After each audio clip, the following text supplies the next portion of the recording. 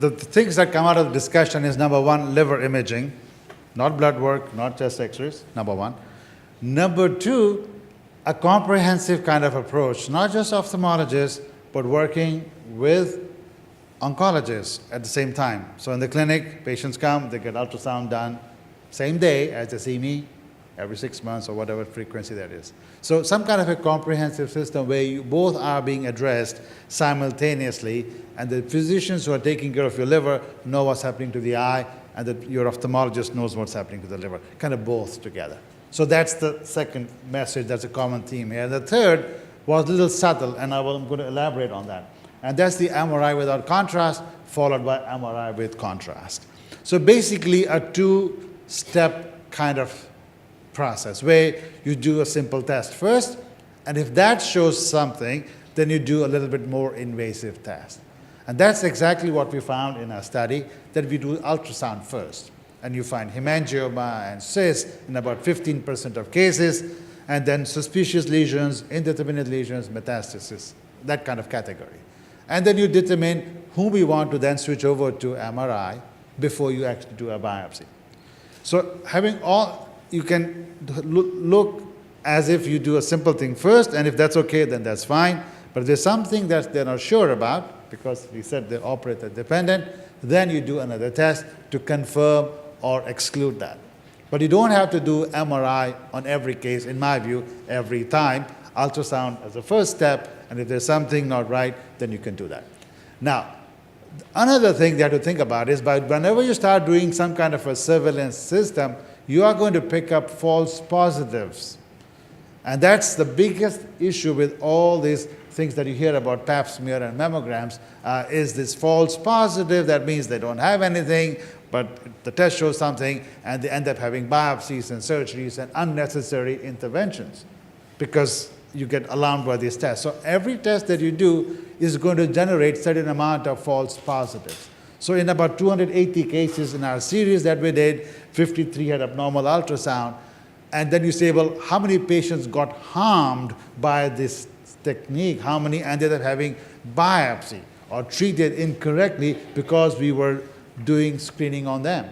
One patient out of these all the cases had a tumor that was found on the ultrasound, that was confirmed on the MRI, had biopsy, was negative, and then followed for 2 years after that and never had a tumor. So that means that was a true false positive, if there's a true false, okay? So that's a real false positive. So one patient was harmed. One patient was harmed because she had unnecessary biopsy. So unless you have data to show all this, rest is all opinions, and I really don't pay much value to that.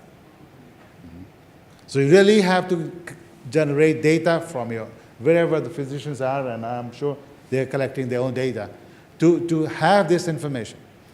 So that's, I think, enough about which technique to use, et cetera, but does it really mean a whole lot overall? And I want to just show you one graph. Can I come back to my slides again? So the tumor is coming from the eye to the liver, and as there's a lot of things happening around it too. The body is reacting to the tumor cells. Even if the metastasis is not detectable, there's an immune reaction going on in the body. These are foreign cells, and there are things that you can detect in blood. You can, in fact, detect tumor cells. You can detect tumor DNA. You'll hear about it later today. You can also pick up some proteins that tell you that something is going on. The immune system is reacting to the cells. So that's what's called biomarkers, and we have been working on this for a little bit, and I'm going to continue forward. We all know that prognostication alone is not going to change anything. You really need to do something after that, and that's the second talk. But I want to go back to the last thing here. Okay. It's a little technical, but I want you to understand all this testing in the end has to take away that last thing, the death. Okay? Because that's the whole idea. Okay? Right? So let's talk about it. I know nobody would want to talk about it. It's a very sensitive and personal issue. But that's why we are here, because that's what's in the back of everybody's mind. So we have the ophthalmic diagnosis, let's say, in the time frame. That's kind of what is noted first. And then you have the METS diagnosis that happens second. It doesn't mean the Mets were not there when the eye was treated. That's not what I'm saying. But the way it's detected. So there is some kind of chronology here. And it's actually not over many years. It's over months, you can say, in pretty much, in vast majority of cases. And then deaths, for example, at the end. Because from Mets to death, also there is some interval. And that interval might be changing as you get treated, but not necessarily if the treatments are not effective. So let's look at these 3 time points. And based upon the published data and our data about screening and how that fits in, okay? Because this is what we're trying to address basically in the end. Find out the tumor early so that you can live, right? Okay. So the first study that we could find where they did no surveillance at all. Patient had jaundice, had some pain or something. Those patients, if you look at it, this is the time frame, okay, median time frame from the blue arrow is from eye to Met and the death. So the red arrow is small. Huh? So longer interval because you're waiting for it to show up. And the next case where they did the liver function test, blood test. Look at the red arrow. Not whole different than those that they actually had surveillance. Am I able to point this out? So time really is from here to here is what matters, isn't it? Because that's what you're trying to detect. But if there's no difference from here to here, the length of the arrow is the same, that means there's no advantage of this over this. Okay? Right? And then when we do our data from our patients, we find that we do make a little difference here. But maybe that's because we have actually shifted this way. But from here to here, not a whole lot of difference. So if you look at the time span from here to the death, you're shifting arrows one way or the other, but we're really not, I don't think, making a whole lot of difference from time of eye to time of death. So from our data so far, we know that even if we do surveillance and screen, and we all want to do it because we like to know what's happening, I don't think we are making a huge difference from Met to death time difference. Unless we have treatments that come in here and make this arrow long. Okay? So we are only getting ready for the next stage. Hoping that if you find early tumor, small tumor, and that kind of makes sense in every part of oncology, we know you treat early, quote, unquote, you come out better. So why would it not work here? Well, it's not working as of now, but it will if you have effective treatments here. Certainly the disease burden is an important aspect. So I think screening or surveillance is important. Liver imaging is critical. You have to work with many kind of physicians, multidisciplinary team, that's important. And perhaps help collect data that will prove what is useful, what is useless, so that we don't keep doing what was being done in 1985. 1985 and 2015 is 30 years ago. There is nothing in your life that you use that is from 1985. There isn't any. Except the radiation implants are the same, by the way. Okay, there's some changes. And I want to come back lastly to what Mr. Grieve was saying. In his case, his tumor was a small tumor, and we did not use the iodine plaque that is commonly used. And we have software to figure out which implant will give him less exposure of radiation or likelihood of radiation damage. So we chose a different implant that was coming at that time from Germany, ruthenium implant, and that gave substantially less dose of radiation to his macula based on calculations. So we predicted that he will do very well, therefore we must use this implant and not that implant, and we do that, and 10 years later, of course, you heard from him. And he's not the only one patient, so we have tremendous interest in predicting visual outcomes. We have made an online tool. It's it's under the, it's not published yet, but it will be very soon, hopefully available to everybody. So there are ways you can tailor-make. It's not just putting an implant. There's a lot behind that can be done to improve the visual outcome. And something along the line for finding the best techniques for surveillance and trying to fit in patients here with the best treatments. Okay? So I hope I can give some answers to your question that you raised. And you also asked a very important question, how come there is no consensus guidelines about this? You asked, and I'm the president of the International Society of Ocular Oncology. And next week, we are surveying our members to have permission to do and generate exactly what you said, to have some consensus guidelines, because everybody's confused. But people differ so much and they take strong positions that, just like politics, never seem to come to anything. Huh? But, like gun control, I guess. Huh?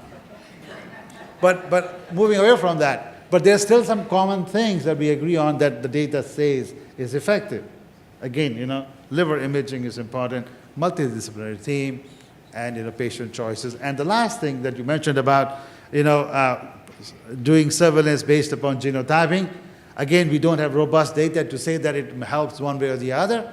There is some false positivity and negativity even with genetic tests.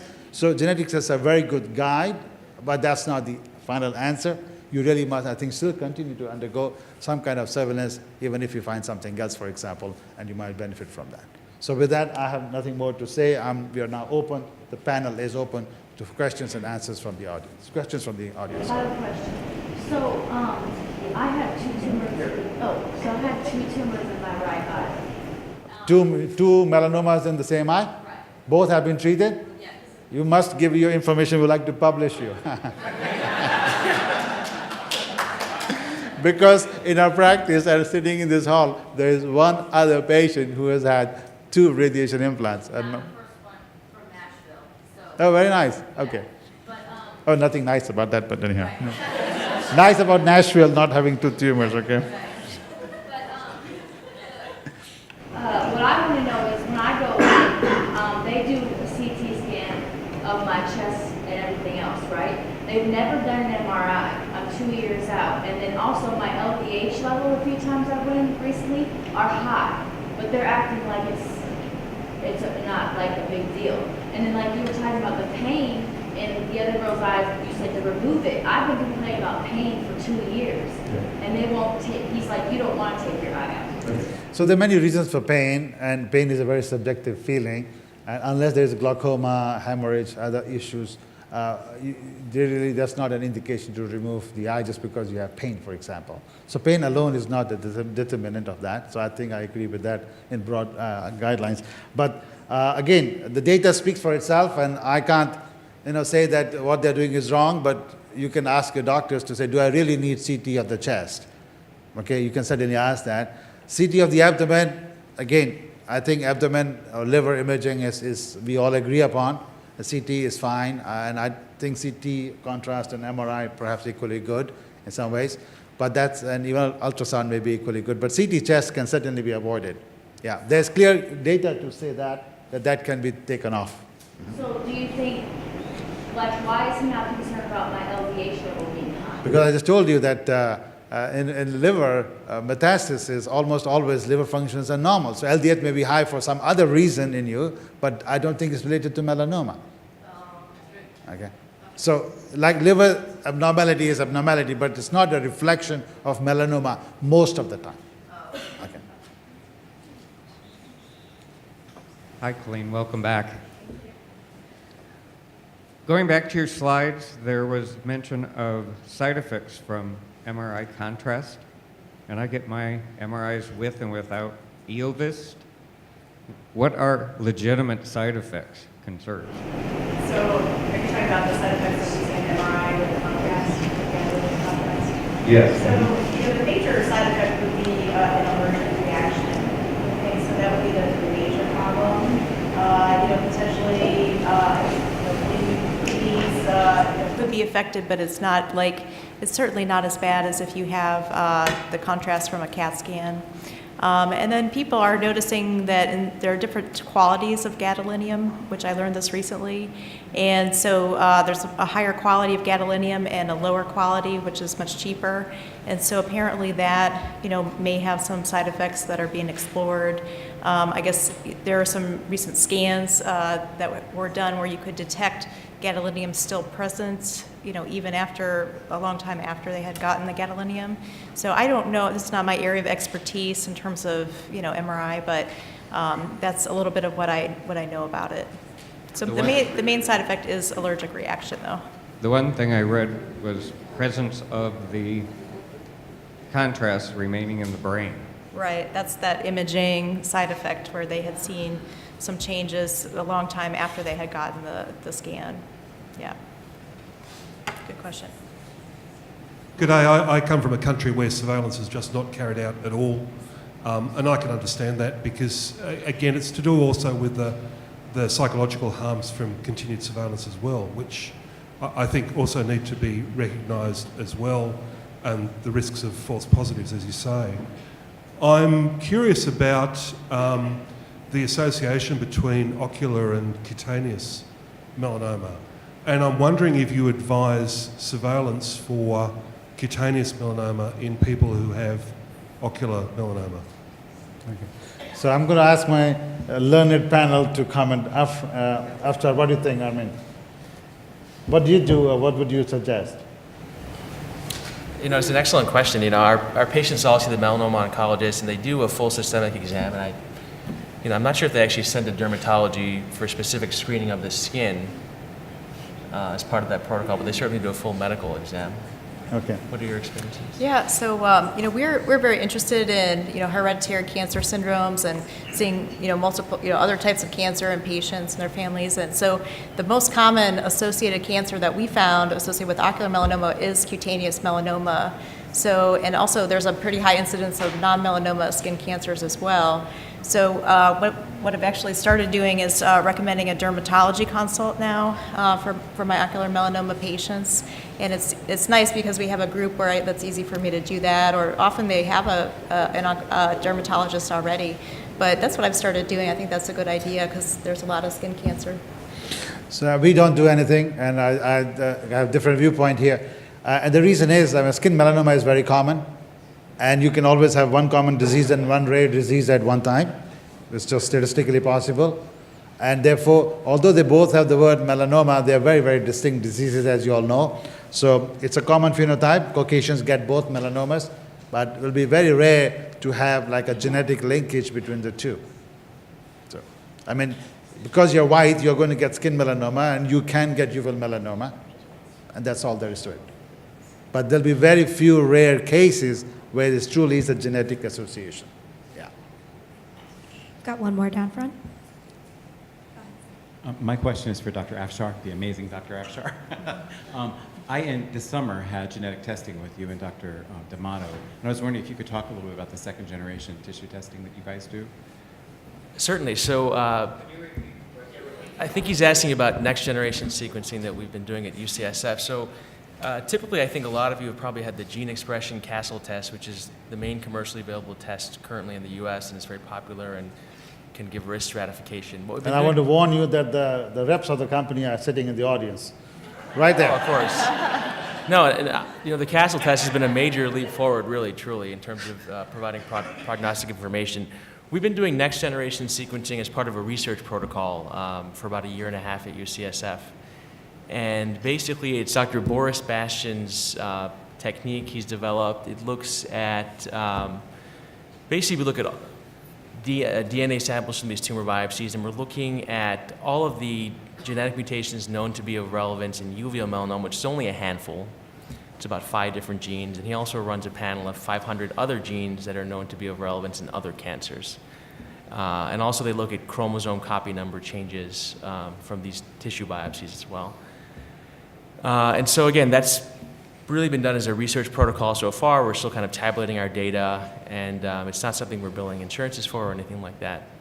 So really, so far, we've been looking just at what the next generation sequencing has shown, and also looking at the gene expression profiling that everybody gets at this time. So is there anything specific you'd like me to comment on about the testing? Or? No, I just thought that, because I haven't heard you talk about that. I know there are not very many of us who have had that, and I didn't know if there was any recent information in terms of the treatment therapies that some people have gone on as a result of the next generation. Oh, it's an excellent question. So far, it's really, we've just been looking at the mutations and kind of looking at it in a research perspective. We haven't actually developed any adjuvant therapies from the studies we've done so far, but certainly that's an area of exploration for down the line. So I know many of you are interested in the cutting edge technology. So NCI, National Cancer Institute, has a big program called Tumor Genome Atlas program. And uveal melanoma was the last tumor to be analyzed in their program. We participated in that. We contributed, I think, about 10 samples, they have about 100 samples. And pretty much every latest kind of genetic testing has been done on those samples. RNA, DNA, protein, you name any area you think of. And the data will be published very soon. It's already available, I think, to researchers as a data, but it's not been published as a paper yet. But it's a complete set of total analysis with all the latest areas that you can think of. That's been done as a collaborative part of NCI-funded study. So there will be huge amount of this genetic information on uveal melanoma coming out very soon. That is not necessarily related as a prognostic testing. That's a different way of validating things. But just looking at the genetics of the melanoma, how the cells happen, what happens to the proteins, RNA, DNA, all that as a total profile, if you think of it, in as much detail as is possible currently, has been done for uveal melanoma. And it's been funded by the NCI. Yeah, so that will be available it's called genomeexplorer.org. You can go there and you can see some of it. It's very hard to understand, but it's there. Yes. Just as an extension of Bill's question, I had gene testing, and I was shown to have a BAP1, and I'm on adjuvant treatment right now for BAP1. So we are coming to the adjuvant therapy and other things, genetic testing in the next panel, I think in a few minutes, correct? Grant? So I think this panel is finished at this point, right? I mean, we'll address those questions, but in a different scientific panel. Yeah? Thank you very much.